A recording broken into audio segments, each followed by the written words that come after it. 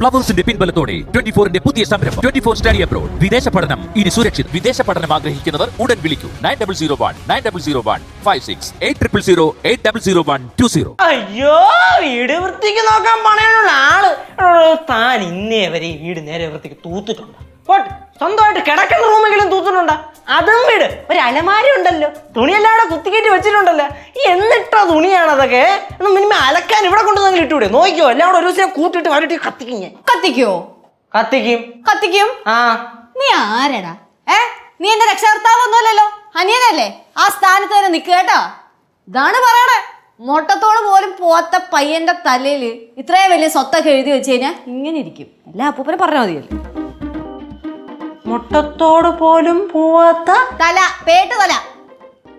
ഓ, അപ്പൊ പറഞ്ഞു വരണത് നമ്മുടെ ആരുടെയും തലേന്ന് മുട്ടത്തോട് പോയിട്ടില്ലല്ലോ. അപ്പൊ നമ്മുടെ ഒന്നും പേരിൽ എഴുതി വെക്കാതെ മുട്ടത്തോട് പോയ ഈ തലയില്, അങ്ങനെ ഈ തലയിൽ എഴുതി വെക്കണമായിരുന്നല്ലേ? 4 പേരുടെ കൂടെ പേരിൽ എഴുതി വെച്ചത് അങ്ങോട്ട് പിടിച്ചില്ല. കൊച്ചുമോളുടെ മാത്രം തലയിലോട്ട് വെക്കണമായിരുന്നു ഈ വീടല്ലേ? അതാകുമ്പോ ഒറ്റയ്ക്കും കഴിഞ്ഞ് പോയിക്കല്ലേ? കൊള്ളാം, മനസ്സിലിരിപ്പ് കണ്ടോ?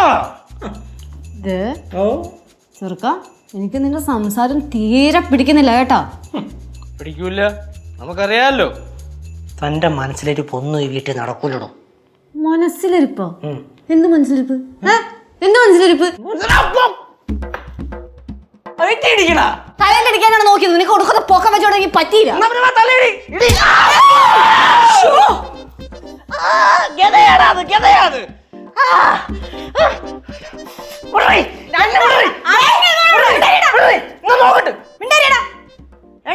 അമ്മൂമ്മയാന്നും പറഞ്ഞോണ്ട് ഒരുത്തി ഇവിടെ ഒന്നും മിണ്ടാതെ വായും മൂക്കും എല്ലാം പത്തി ഇവിടെ നിപ്പുണ്ട്.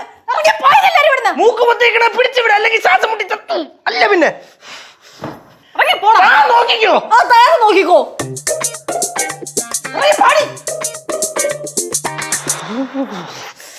എന്താ ചെടിയത്? നമ്മളെന്തായാലും പറഞ്ഞാലുള്ളൂ പ്രശ്നം. നീ എവിടെ പോണു? നീ എന്തൊക്കെയാണോ പറഞ്ഞത്? നീ എന്ത് ഇടി അടിച്ചത്? ഞാൻ അടിച്ചാണ് ഇപ്പൊ പ്രശ്നം. ഇവിടെ എന്റെ വയറാണോ നെഞ്ചാക്കൂടാണോ പോയെന്ന് എനിക്ക് അറിഞ്ഞൂടെ. എന്റെ കുടലിന് വല്ലതും പറ്റിട്ട് എനിക്കൊന്നും കഴിക്കാൻ പറ്റാതല്ലോ ആയ. മനുഷ്യന്റെ പല്ലളകി തോന്നുന്നു. പല്ല്? തന്റെ പല്ല് ഇവിടെ എന്റെ മണ്ടയില് ഇടിച്ചിട്ട് മറ്റേ അമർചിത്രകത്ത് ബൾബൊന്നും ഇങ്ങനെ പൊട്ടുമല്ലോ, അതേപോലെ ആയി. കേശേ, നീ ഇപ്പൊ പഴയതുപോലെ ഒന്നും അല്ല, വല്ലാണ്ട് അങ്ങോട്ട് മാറിപ്പോയിരിക്കണു. നിനക്കിപ്പൊ ചേച്ചിന്ന് ചേട്ടനൊന്നുമില്ലല്ലോ. ഇല്ല, അങ്ങനെ ഞാൻ നോക്കിക്കൊണ്ടിരുന്നാലേ എന്റെ പിള്ളേരെ പിന്നെ നോക്കിക്കും. പിള്ളേര്? ഏത് പിള്ളേര്? പിള്ളേരെ അതോ നിന്റെ അനിയത്തിയാ? എല്ലാം തന്നെയല്ലേ. എന്റെ അമ്മൂമ്മ ഇപ്പൊ പറയുന്ന അമ്മൂമ്മയ്ക്കൊന്നും മനസ്സിലാവുന്നുണ്ടോ? മനസ്സിലായില്ല, എനിക്കൊന്നും മനസ്സിലാക്കുകയും വേണ്ട. രണ്ടുപേരും 2 വഴിക്ക് പിരിഞ്ഞു പോയില്ലെങ്കിൽ രണ്ടുപേരും ചില കാര്യങ്ങൾ ഞാൻ മനസ്സിലാക്കിപ്പിക്കും. ഞങ്ങൾ 3 ആൾ സംസാരം നിർത്തി. നിങ്ങൾ സംസാരിക്കോ തല്ലി തീർക്കോ എന്താന്ന് വെച്ചാ കാണിച്ചോ. അല്ലെങ്കിൽ തന്നെ 2 ആളും അടഞ്ചക്കര ആയിരുന്നല്ലോ കുറച്ച് നാളത്തേക്ക്. ഇപ്പൊ എന്ത് പറ്റി? ജോഡി പിരിഞ്ഞു പോയാ? ഓ, അപ്പൊ അതാണ് നിന്റെ പ്രശ്നം. ശിവ, എന്റെ പൊന്നു മക്കളെ, നിനക്ക് ഈ കാര്യത്തിന്റെ കിടപ്പ് വെച്ച് അങ്ങോട്ട് മനസ്സിലാവാത്തോണ്ടാണ് നീ ഇങ്ങനൊക്കെ പറയണത്. ഇത് വേറെ കളിയാണ് മക്കളെ, വേറെ കളി. ഇത് നിനക്ക് മനസ്സിലാവില്ല, പക്ഷേ എനിക്ക് മനസ്സിലാവും. കാരണം ഞാൻ പാറുവിനേക്കാളും ഒരുപാട് ഓണസദ്യ കൂടുതലുണ്ടയാണ്. മൂന്നൊരു കാര്യം ചെയ്യും, ഇനി വരുന്ന ഒരു 10-12 ഓണം നീ ഉണ്ണണ്ട. അതാകുമ്പോഴത്തേക്ക് പാറുവിന്റെ ലെവലിൽ എത്തുമല്ലോ. അതിന്റെ ഇടയിൽ കൂടെ ശിവ, നിനക്ക് ഇതിന്റെ ശരിക്കുള്ള കാര്യം മനസ്സിലായില്ലല്ലോ. ഇല്ല, പറ. ഞാൻ പറഞ്ഞുതരാം. എന്തിന് ഇവിടെ കയറി നിക്കണേന്നറിയൂ? ഇല്ല, അറിയത്തില്ല, നീ പറഞ്ഞ. നമ്മുടെ അപ്പൂപ്പൻ ഇതേപോലെ നൈസിൽ എപ്പോഴെങ്കിലും ഒക്കെ നമുക്ക് എന്തെങ്കിലുമൊക്കെ എഴുതി തരുമെന്നറിയാം. ഇപ്പൊ ഇവിടെ നിന്നില്ലെങ്കിൽ കിട്ടുവോ? ഇല്ല. അതുകൊണ്ടാണ് പോവാതെ നൈസിൽ ഊന്നൂന്ന് ഇങ്ങോട്ട് കയറി പറഞ്ഞത്. ഇപ്പൊ എന്തായി? കിട്ടിയോ? ചേര കിട്ടിയോ? ഇത് നേരത്തെ മുൻകൂട്ടി കണ്ട് മനസ്സിൽ ഫുള്ള് പ്ലാൻ ചെയ്ത് നമുക്കിട്ട് വെച്ചത്. എന്റെ ദൈവം, എന്തോന്നൊക്കെയാണ് നീ പറയണേ? ദൈവമേ, പറഞ്ഞിട്ടില്ല. അമ്പരക്കണുണ്ട. എടേ, ഇത് നമ്മുടെ ലച്ചു ചേച്ചിയല്ല, ഇത് കുഴപ്പമുള്ള ലച്ചുവാണ്. കുഴപ്പമുള്ള സിദ്ധുവിന്റെ ഭാര്യ. കേശുവെ, നിർത്തിക്കോ.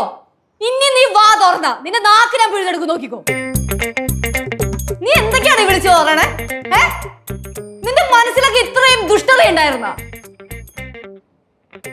മനസ്സിൽ പോലും ചിന്തിക്കാത്ത ഓരോ കാര്യങ്ങളൊക്കെ വിളിച്ചു പറഞ്ഞിട്ട് സത്യം പറഞ്ഞ അമ്മൂമ്മ, അപ്പൂപ്പനെ ഈ വീടുണ്ടല്ലോ എന്റെ പേരിലും കൂടെ എഴുതി വെക്കേണ്ട യാതൊരു കാര്യം ഉണ്ടായിരുന്നില്ല. ഇപ്പം പറഞ്ഞേട്ടോ ഞാൻ ഇവിടെ വന്ന് നിൽക്കുന്നത് ഇവരുടെയൊക്കെ സ്വത്ത് മേടിച്ചെടുക്കാൻ വേണ്ടിയിട്ടാണെന്ന്. എന്താടാ ഇത്? എല്ലാവരുടെ മനസ്സിലിപ്പൊക്കെ എനിക്ക് മനസ്സിലായി, പ്രത്യേകിച്ച് നിന്റെ. അതുകൊണ്ട് ഞാനിപ്പോൾ തന്നെ പടവലത്ത് പോയിട്ട് അപ്പൂപ്പൻ്റെ അടുത്ത് പറയാം, എനിക്ക് സ്വത്തൊന്നും വേണ്ട, എൻ്റെ സ്വത്തും കൂടെ നിങ്ങൾക്ക് അങ്ങ് വീതിച്ചു തരാം. അതാകുമ്പോഴത്തേക്ക് പ്രശ്നം തീർന്നല്ലോ. ലച്ചി ചേച്ചിക്കൊന്നും വേണ്ടടാ. സന്തോഷമായി. ഞാൻ പോവാ. അയ്യോ മക്കളെ പോവല്ലേ. നീ ഇപ്പൊ അങ്ങോട്ട് ചെന്ന അപ്പൂപ്പന് ഭയങ്കര വിഷമാവേ. പോവല്ലേ. അമ്മൂമ്മ, എനിക്ക് അതിനും വിഷമാണ് ഇവൻ പറയുന്ന ഓരോ കാര്യങ്ങളൊക്കെ കേട്ടിട്ട്. ഇനി ഈ വീട്ടിൽ കിടന്ന് ഇനി ഉറക്കം വരുമെന്ന് എനിക്ക് തോന്നണില്ല. അതുകൊണ്ടാണ് ഞാൻ പറയണത്. ചേച്ചി അത് വിട്ടുകളെ, അവൻ ചുമ്മാ ഓരോന്ന് വിളിച്ച് പറഞ്ഞു. ശിവ, അവന്റെ മനസ്സിലുള്ള കാര്യങ്ങളാണ് ദേഷ്യം വരുമ്പോഴും സങ്കടം വരുമ്പോഴൊക്കെ പുറത്തു വരുന്നത്.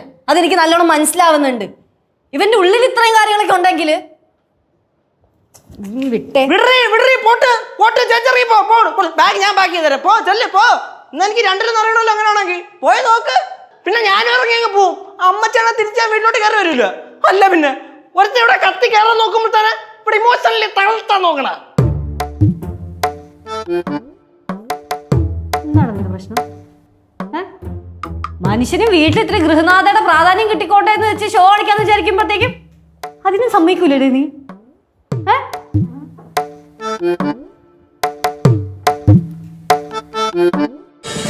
ഫ്ലവേഴ്സ് ഒരുക്കുന്ന കാഴ്ച വസന്തം യൂട്യൂബിൽ പ്രേക്ഷകർക്ക് ലൈവായി കാണാം. ഫ്ലവേഴ്സ് കോമഡിയിൽ ജോയിൻ ചെയ്യൂ, ആസ്വദിക്കൂ.